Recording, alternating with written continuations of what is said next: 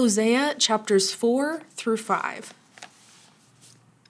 Hear the word of the Lord, O people of Israel.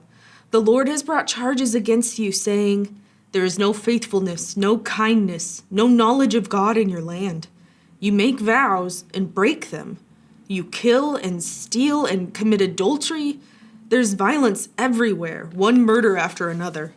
That is why your land is in mourning, and everyone is wasting away.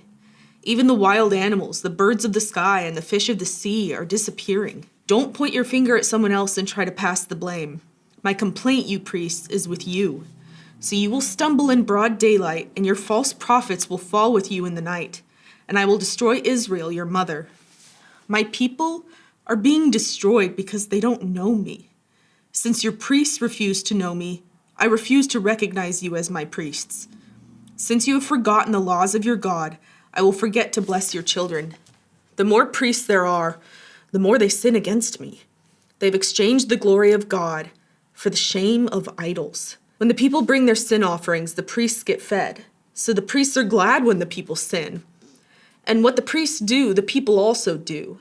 So now I will punish both priests and people for their wicked deeds. They will eat and still be hungry. They will play the prostitute and gain nothing from it, for they have deserted the Lord to worship other gods. Wine has robbed my people of their understanding. They ask a piece of wood for advice. They think a stick can tell them the future. Longing after idols has made them foolish. They've played the prostitute, serving other gods and deserting their God. They offer sacrifices to idols on the mountaintops. They go up into the hills to burn incense in the pleasant shade of oaks, poplars, and terebinth trees. That is why your daughters turn to prostitution, and your daughters-in-law commit adultery. But why should I punish them for their prostitution and adultery? For your men are doing the same thing, sinning with whores and shrine prostitutes. O foolish people, you refuse to understand, so you'll be destroyed. Though you, Israel, are a prostitute, may Judah not be guilty of such things. Do not join the false worship at Gilgal or Beth-aven, and do not take oaths there in the Lord's name.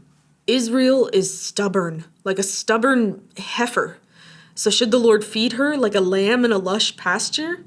Leave Israel alone because she is married to idolatry. When the rulers of Israel finish their drinking, off they go to find some prostitutes. They love shame more than honor. So a mighty wind will sweep them away. Their sacrifices to idols will bring them to shame. Hear this, you priests. Pay attention, you leaders of Israel. Listen, you members of the royal family. Judgment has been handed down against you. For you have led the people into a snare by worshiping the idols at Mizpah and Tabor. You have dug a deep pit to trap them at Acacia Grove, but I will settle with you for what you have done. I know what you are like, O Ephraim. You cannot hide yourself from me, O Israel. You've left me as a prostitute leaves her husband. You are utterly defiled. Your deeds won't let you return to your God.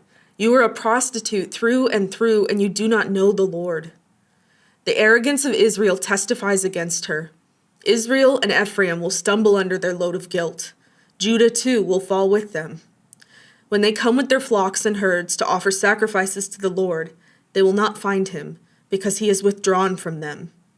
They have betrayed the honor of the Lord, bearing children that are not his. Now their false religion will devour them along with their wealth. Sound the alarm in Gibeah. Blow the trumpet in Ramah. Raise the battle cry in Beth-aven. Lead into battle, O warriors of Benjamin. One thing is certain, Israel. On your day of punishment, you will become a heap of rubble. The leaders of Judah have become like thieves, so I will pour my anger out on them like a waterfall. The people of Israel will be crushed and broken by my judgment, because they are determined to worship idols. I will destroy Israel as a moth consumes wool. I will make Judah as weak as rotten wood. When Israel and Judah saw how sick they were, Israel turned to Assyria, to the great king there. But he could neither help them nor cure them. I will be like a lion to Israel, like a strong young lion to Judah. I will tear them to pieces. I will carry them off, and no one will be left to rescue them. Then I will return to my place until they admit their guilt and turn to me. For as soon as trouble comes, they will earnestly search for me. 2 John The whole thing. This letter is from John, the elder.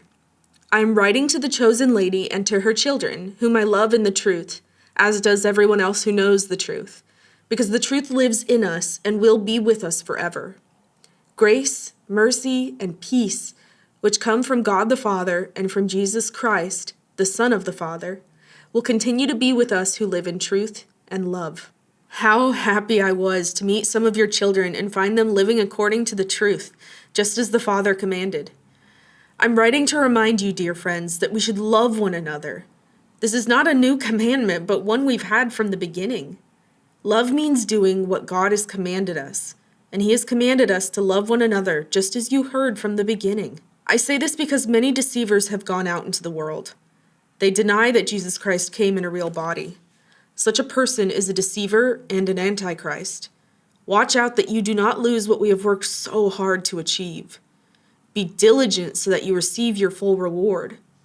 Anyone who wanders away from this teaching has no relationship with God. But anyone who remains in the teaching of Christ has a relationship with both the Father and the Son. If anyone comes to your meeting and does not teach the truth about Christ, don't invite that person into your home or give any kind of encouragement.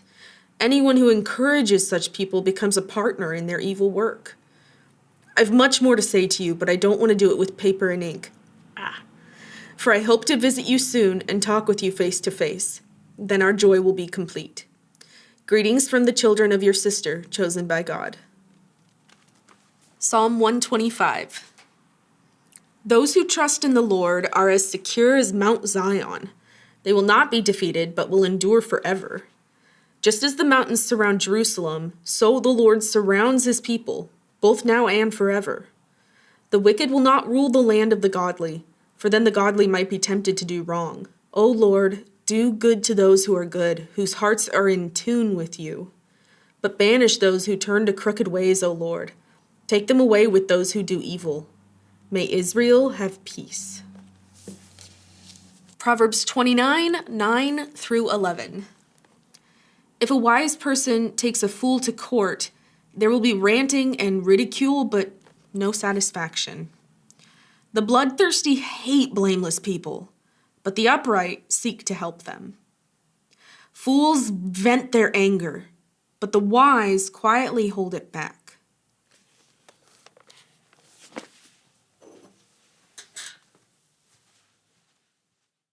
So should the Lord feed her like a lamb in a lush pasture? In a lush pasture.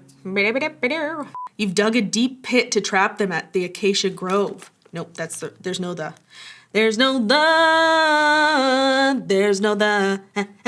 Oh, Christmas tree, la la la la la la la. Ah, John, that's such a tease. I have much more to say to you, but I don't want to do it with paper and ink. Do it, because I can't hear you face to face. Come on, my dude, say more in writing.